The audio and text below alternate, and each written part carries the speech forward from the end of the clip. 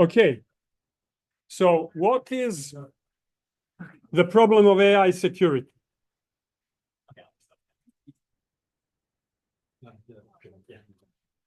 There are two words in it, AI and security. So there are two problems. The problem with AI is that intelligent behaviors are never predictable. And the problem with security is that AI security does not handle the problem of attacks and defenses, which is what the existing security formalisms are mainly concerned with. So let's look at these problems one at a time. The first one goes back all the way to Alan Turing. In the paper, you all know what's a Turing test, right? So in his Mind paper, where the Turing test was defined, one of the last paragraphs goes like this: an important feature of a learning machine is that its teacher will often be very largely ignorant of quite what is going on inside. This is in clear contrast with the normal procedure when using a machine to do computations. One's object is then to have a clear mental picture of the state of the machine at each moment in the computation. This object can only be achieved with a struggle. The view that the machine can only do what we know how to order it to do appears strange in the face of this fact. Intelligent behavior presumably consists of a departure from the completely disciplined behavior. And this was written in 1950, that not the same wording, but the same statement was present in his 1947 memo, which is kind of still ahead of the current state of theory of artificial intelligence, where people actually are not clear about this deviation from AI software, from all programming experience that we have had so far. The second paragraph is of course talking about the approach that has permeated all of the software engineering courses that you have had. You're trying to make things as clear, well structured, and as comprehensible as possible. And Turing is pointing out that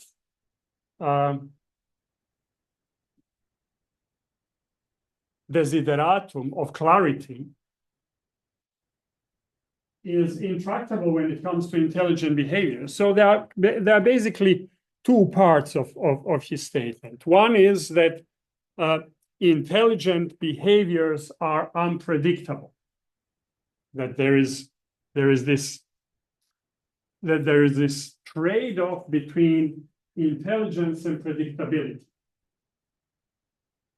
I don't suppose that is obvious to too many people, because it certainly isn't even adopted by the AI researchers. But if you think about it, if you were capable of predicting my answers in an intelligence test, then insofar as intelligence tests are concerned, you must be more intelligent than me. If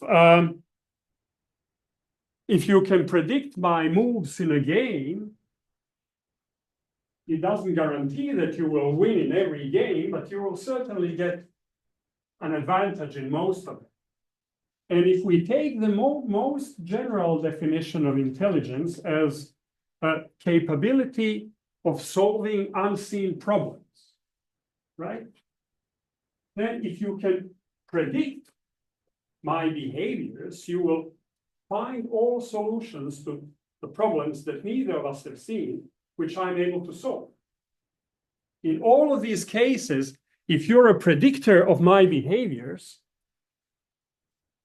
your intelligence is the upper bound of my intelligence. So if intelligence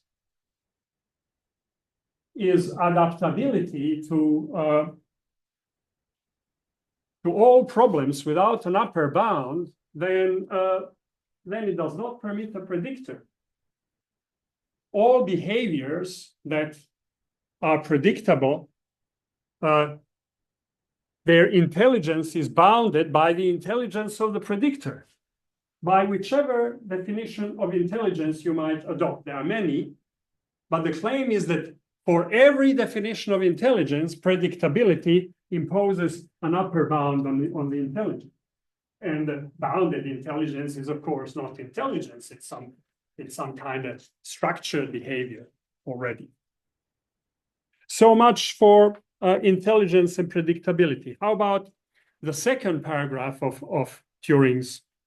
So this is in clear contrast with normal procedure, with software engineering requirements, that we have well-structured, clear programs for which we can predict all of their behaviors. This citation from the view that the machine can only do what we know how to order it to do is a reference to Lady Ada Lovelace's suggestion that, but she was writing in early 19th century, so almost 100 years before the notion of computer was defined. So she was talking more about weaving, programmability of weaving machines and calculators, not of our computers.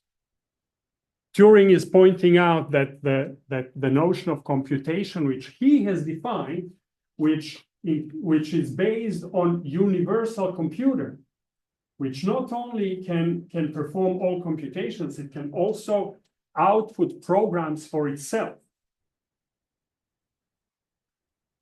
The notion of intelligence in that framework is arguably not computably predictable. More precisely, it is not decidable. It is computable, but if you try to predict computable behaviors of an AI, you may wait infinitely long. Sometimes you can predict such behaviors, but they are not decidable. You will never know whether you will be able to predict them. So, what precisely does he mean this when he says that we have this deviation from everything that we have studied towards this degree? Everyone has always told you need to know what your programs are doing.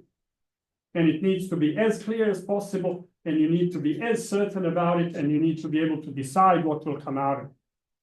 And now he says, well, if you expect intelligent behavior from it, forget about it. So what kind of strange situation is that? Well, here's the usual. I'm going to try to explain it by simple pictures. Here's a picture of a usual computation. Takes two outputs of types A1 and AB, and it gives you two inputs of types A1 and AB, and it gives you three outputs of B1, B2, B3. And for simplicity, let's just bundle all these inputs into one arrow and all these outputs into another arrow. And programming produces a program, which I denote here by a little f, and you interpret that program by an interpreter, by a universal interpreter. That's what Turing called universal computer, or you can just say you run it in a computer, and you should get the same input-output behavior. If you have a computable function which takes inputs of type A, outputs of type B, the fact that it is computable means that it is programmable, that there's a program, little f, which when you run it in a computer, when it takes the same inputs as big F, it gives you the same outputs as the big F. And that's what's written here on the right. F of x is equal u, which runs on little f on the same input x. You get the same output. If the big F diverges and doesn't give you any output, then the computer has to diverge and doesn't give you any output. Is this clear? Yeah. So this is the simple programming process that we have all. So computability is programmability, and this approach is okay. So what programmability means that someone gives you a function f, big F, and you need to produce a program little f. And Turing tells us that there are two ways to produce this program. One is by our usual program design approach. And he says that the learning approach, that learning intelligent behavior, is the other way to achieve programs, but the teacher will not exactly know what the program will be doing. So what is the difference? So on one hand, we have program design, which should be clear and simple. On the other hand, we have program generation, which arises from us having designed the generator. All right? So, and this program generation, we may not be sure what exactly the programs will be doing. That is what somehow, on one hand, that is what has happened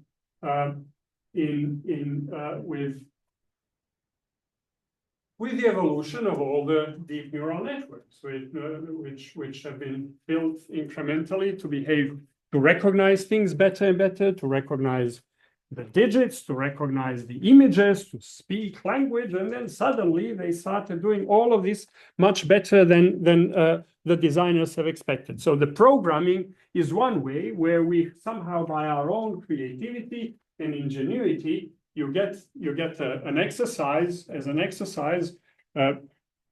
design a payroll system. This function BF can be a payroll system. We input the date and we input the pay rates, and it outputs everyone's pay slips and sends them money. So, you sit down and you produce this program, little f, and your boss, who has given you big F specification, they could have given you a virtual function. If you are writing in one of such programming languages, and you have implemented that virtual function and it does it. And it's been done by your intelligent design. Learning is different. We start from a randomly chosen program, from an arbitrary program.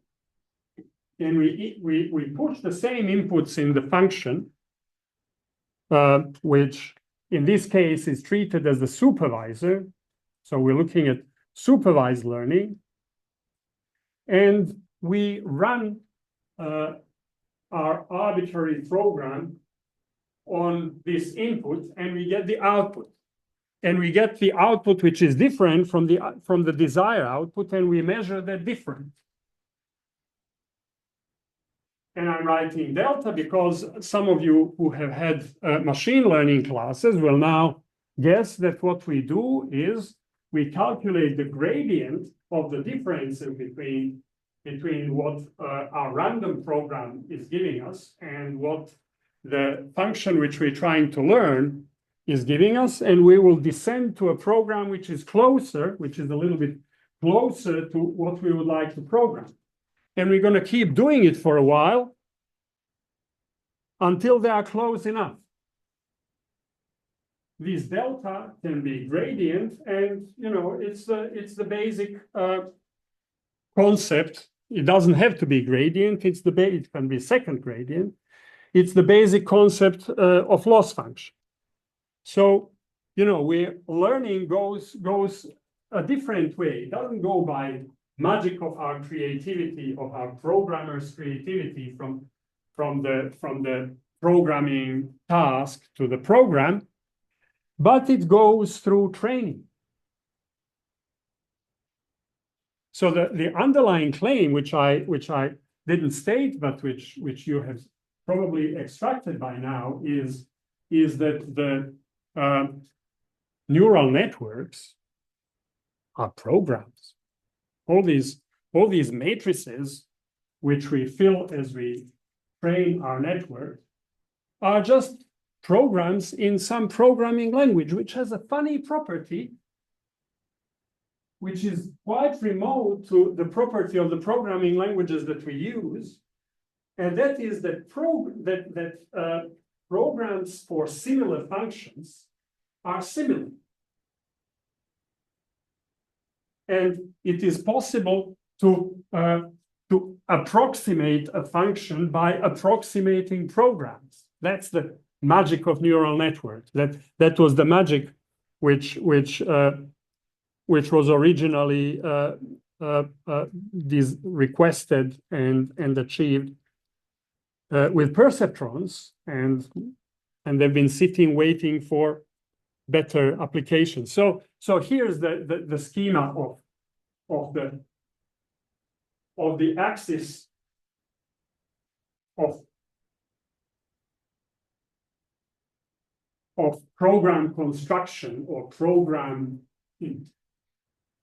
axis from program construction to program evolution, which Alan Turing is pointing to in 1950, and which still hasn't really reached our mind. And the architecture of these two processes are, on the left-hand side, we have the magic of programmers' creativity. On the right-hand side, we have the reality of machine learning. And that's these two paths from computable function to program. So on one hand, so the people from biology, of course, know about the when you entered class on the first day, they told you this is what biology is about. It is about evolution. And then somewhere on Twitter, there were people arguing that actually it's not about evolution, it's about intelligent design. We should be grateful that we have been so intelligently designed that we can play piano and sing. So similar axis reoccurs in programming. There is intelligent design of programs, and there is the evolution that we were lucky enough to witness that just happened. And why did it take it so long to happen? It took it so long to happen because the AI researchers have spent 50 years on trying to intelligently design artificial intelligence. All of the AI efforts were towards specifying clever logical systems which will capture emotions, which will capture common sense. Those were very wonderful people, but they were completely wrong. And the only way to really know that was that to get these speaking bots. So the upshot of this first part, why is AI unpredictable, and why are we now treading into the phase of computer science completely different from everything that we've been studying so far, is that programming is related to learning, like playing to coaching, like constructing to cultivating, and like intelligent design to evolution. Second problem is that everything that we have known, that we have so far learned about computer security and about cyber security has the bad luck of not applying to AI. because it does apply to AI insofar as AI bots are also pieces of software, and we can, of course, every part of software security in particular applies to any piece of software, including the chatbots, and it is we can make a career of studying software vulnerabilities of chatbots. But software vulnerability of chatbots are not all that different from software vulnerabilities of your payroll system or ATM or web browser or whatever else you might take. It's not specifically AI security. So what is the specific problem of AI security? Well, what is the problem of security? So there are two ways to survive, partitioned by some 2.5 billion years.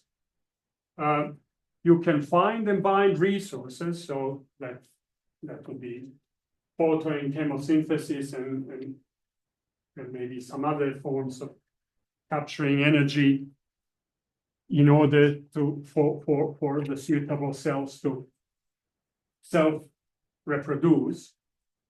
Or you can seize the resources found and bound by others.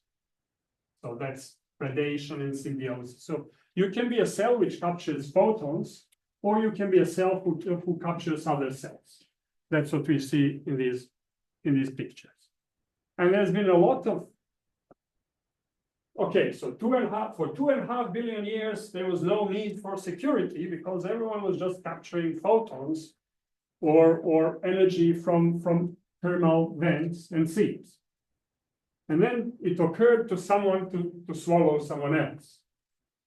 And as we remember from biology, when they didn't completely digest them, then these swallowed cells became mitochondria, and they became nuclei, and they became eukaryotes. So you and I consist of these swallowed and semi-digested cells because our cells have the nuclei. All of security problems happen in this right-hand picture. They are defenses from predation and from unfriendly forms of symbiosis. So there are these two ways to survive. You can see them on the pyramid. At the bottom is photo and chemosynthesis, and all the upper layers are people who eat other people. And all of security is on these upper layers. That is the seize the energy from others, attack them, or exploit them. And these others try to secure themselves, or you try to secure the meal.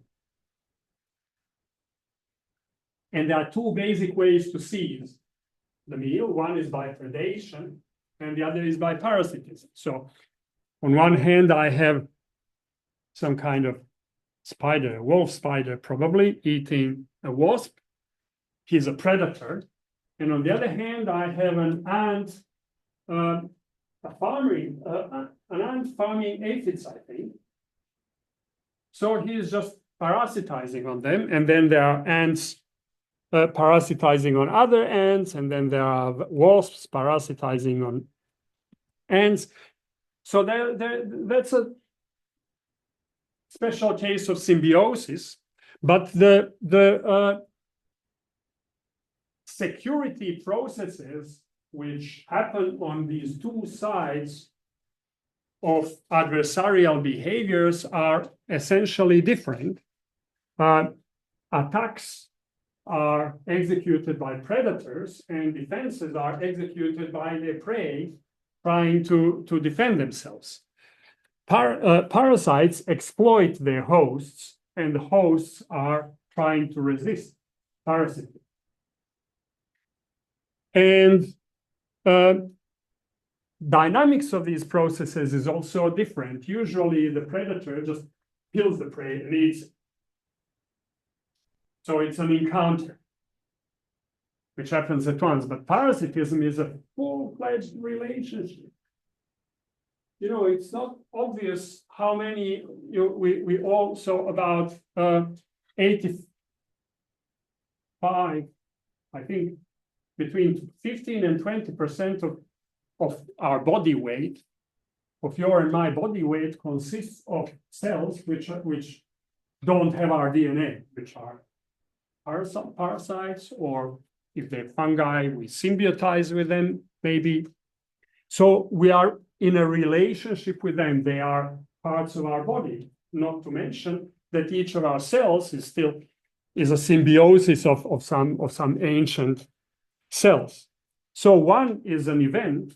On one hand, you know, the wolf spider killing a meal, it's an event, whereas an ant farming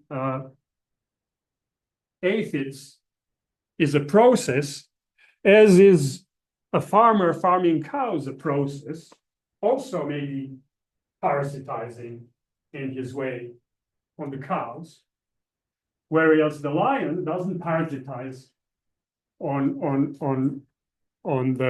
a buffalo, but just kills it. So in real life, we have this axis between predation and parasite. And cybersecurity is all about events, about attacks and defenses, about predation. Whereas AI is actually mostly about parasitism. So you've got Terminator on the left, and you've got Matrix on the right. How many of you have seen both movies? Yeah? Mostly, right?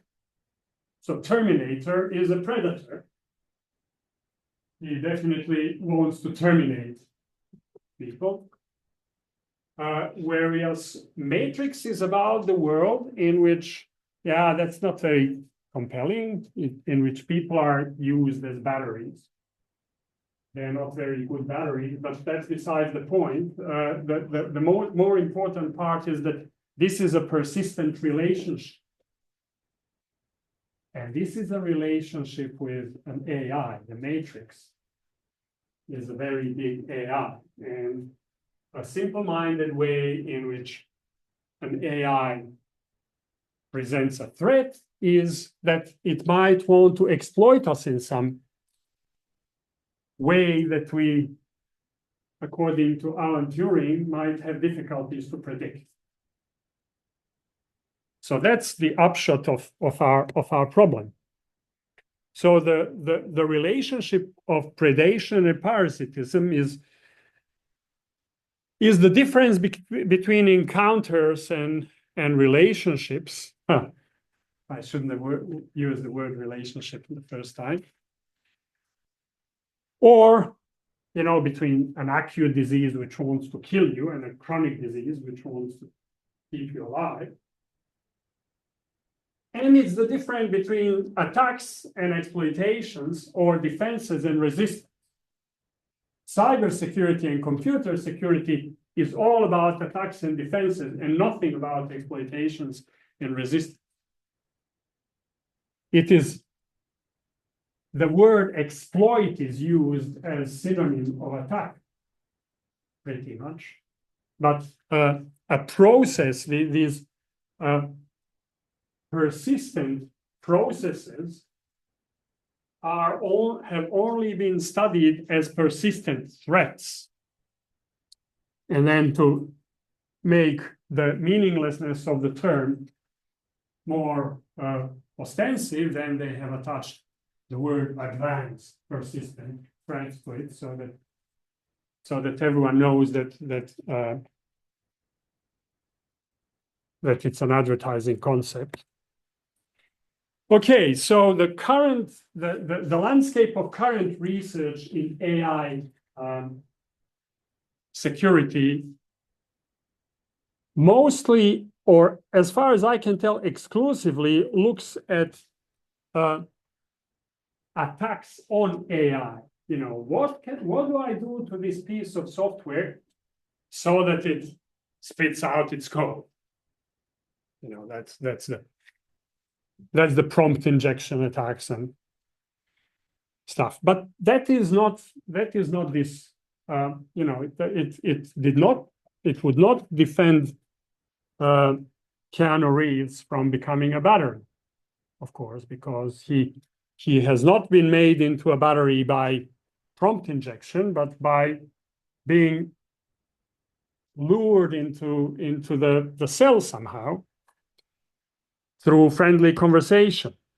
So you know, the current landscape of AI security resembles the current landscape of cybersecurity, which is, of course, you know, nothing wrong about that. People are trying to make career and set up businesses, but it is not obvious that this is really hitting the nail on the head. So the question why is something that we will address next 2 times. So this is what I had to say today.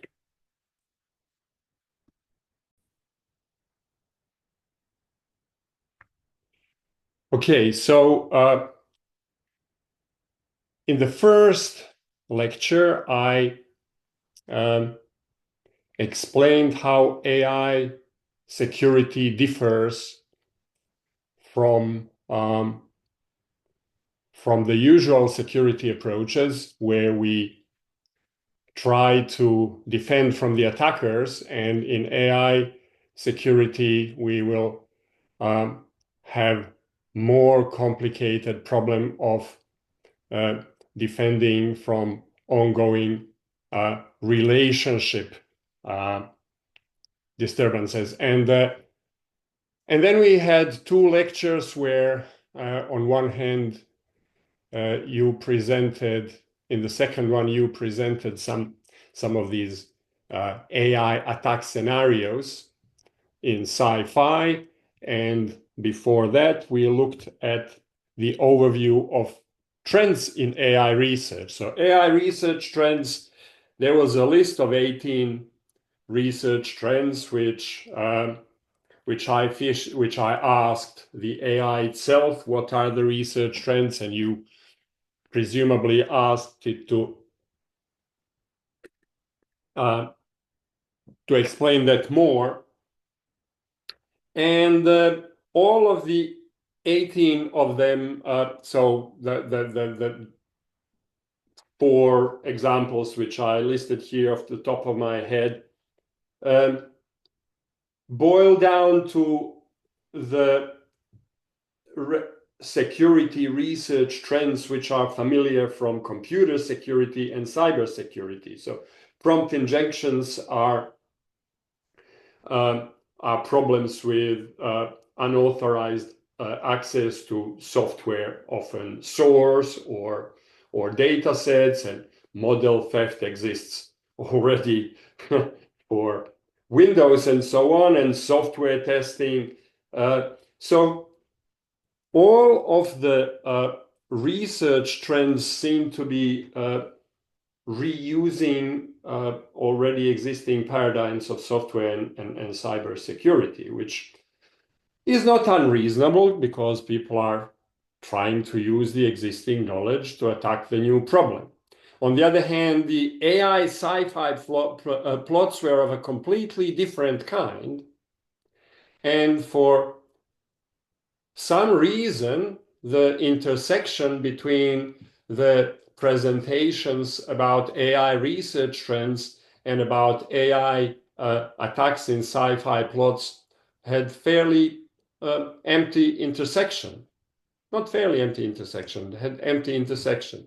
So let's look at the last example, which was not your presentation, but which was that movie that we have seen. Maybe I could go to full screen. Yes.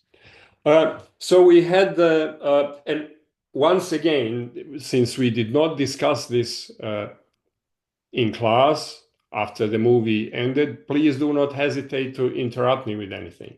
But the brief summary of the plot that we have seen in Space Odyssey 2001 is that we had this spaceship Discovery 1 on the way to Jupiter. It is controlled by HAL 9000, the intelligent computer, and it has two tasks. One, Ryder, it looks like I have left the whiteboard open, so you are now scribbling Ryder over my slides, which would be good that you don't do. I didn't even know that this was possible. So this is the advances of Zoom technology. Okay, so the computer has two tasks. One is to help pilots pilot the spaceship. Its security task was given to it, as we saw in the end, by what is it called? United States Aeronautics Agency, by Dr. Floyd, who gave it its security task, which consists of maintaining multi-level security. One is to what we have seen, serve the pilots. The other is when the pilots go to sleep and the researchers who are asleep wake up, to help the researchers, and that's the other task on the left.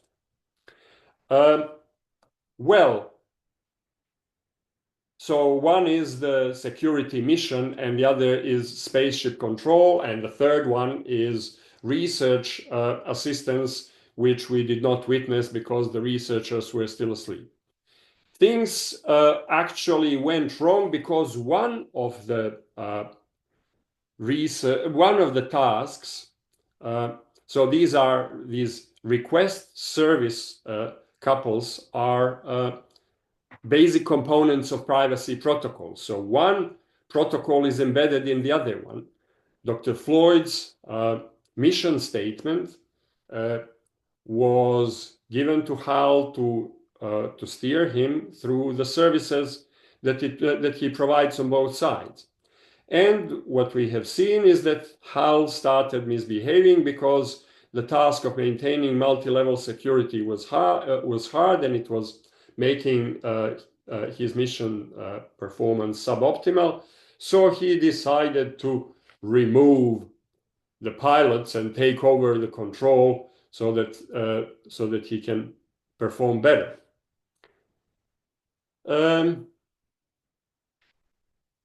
If you think about it, this general pattern of one service being embedded inside the other service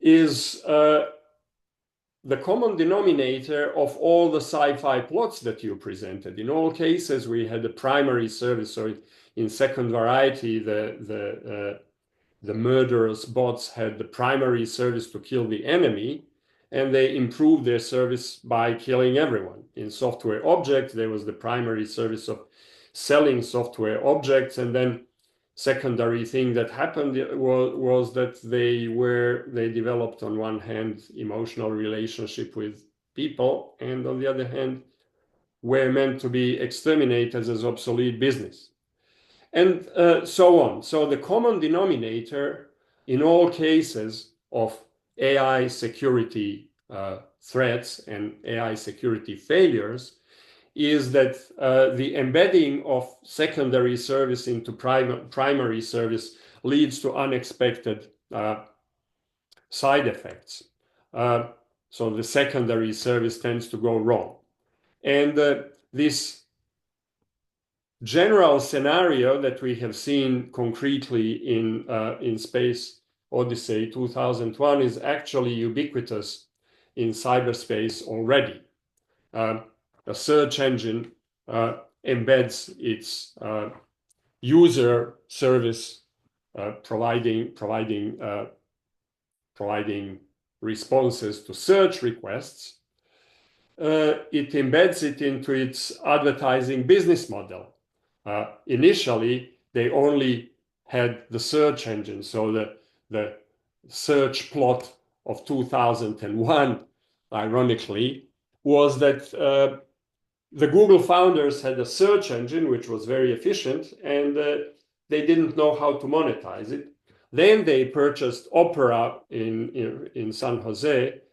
So the question was how to monetize it, and Opera was a startup which had the targeted advertising as the business model, and then Googlers figured out that they can embed their search engine business into an advertising service, into the service of targeted advertising, and they figured out how to monetize it. Well, as in Space Odyssey 2001, the primary service, in this case advertising, had various forms of unexpected and sometimes undesired repercussions on the secondary service of providing search, responses to search. So this embedding of one service into the other is literally what was how the Google business model developed. This is the slides from the time. They originally had the index, and that index could be used as the underlying platform for the service that they were providing. But then that service provided them with another index, the index of users' tastes and needs, and then they could monetize that service. So, and that led to the Google search plot of 2004, which is isomorphic. You will notice here, and this is the confused ad hoc schema, which was at the time proprietary of Google's business model. Their business model is isomorphic to all of our sci-fi AI security models. So even there, the